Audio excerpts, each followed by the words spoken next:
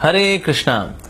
तो आज हम चर्चा करेंगे एक प्रश्न के ऊपर। वो ये है कि अगर कोई मुझे कष्ट पहुंचाए, किसने मेरे दिल को बहुत दुखाया है, ऐसे व्यक्ति को मैं भला कैसे डील करूं?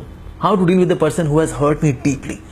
उसके शब्दों ने, उसके कार्यकलापों ने, उसने मेरा नाम खराब किया, मेरे को लेके चुगली की, किसी को मेरे बारे में बुरा बोला, और इस तरह से this person has deeply hurt me. मैं इस व्यक्ति को के साथ कैसे डील करूं, ऐसी परिस्थिति के साथ कैसे डील करूं मैं भला? तो इसमें पहली बात समझने की ये है कि जो कुछ भी हमारे जीवन में आता है, चाहे सुख हो या दुख हो, चाहे यश हो या अपयश हो, ये हमारे कर्मों के फल हैं।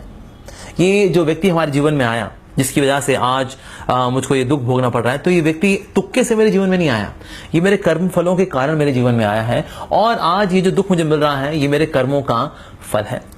दूसरी बात हमको ये समझनी चाहिए कि अक्सर हम दुखी इसलिए भी होते हैं क्योंकि हम रॉन्ग एक्सपेक्टेशंस सेट कर लेते हैं।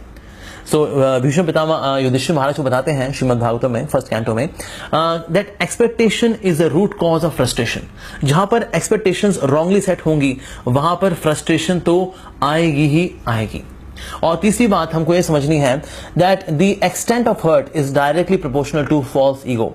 जितनी ज्यादा ईगो थिक होगी उतना ज्यादा हर्ट व्यक्ति आसानी से हो जाएगा। तो जिन लोगों में ईगो ज्यादा होती है वो बहुत ही ज्यादा सेंसिटिव होते हैं और वो किसी बात का कभी भी बुरा मान सकते हैं।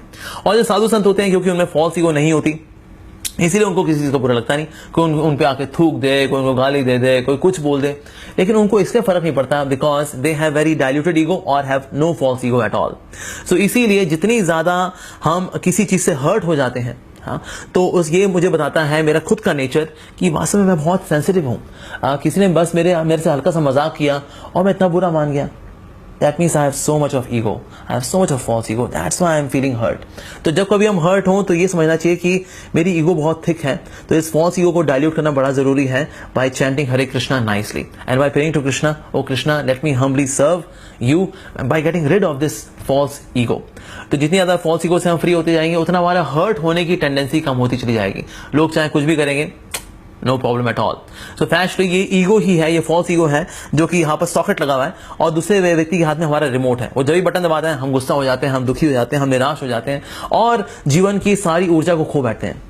तो इस प्रकार से हम इसको डील कर सकते हैं, that actually making ourselves spiritually strong, knowing that actually ये मेरी ही कमजोरी है कि मैं छोटी छोटी बात पे गुस्सा हो जाता हूं, मैं रॉन्ग एक्सपेक्टेशन सेट करता हूं, इसीलिए भी दुखी होता हूं, and ultimately it is my own Karma. कहीं ना कहीं मैंने भी किसी को दुख पहुंचाया था, इसी वजह से आज ये व्यक्ति है जो मेरे जीवन में आया है और इसकी वजह से मुझे दुख पहुंचा है। So somewhere for every action there is equal and opposite reaction, so I should not feel bad about it.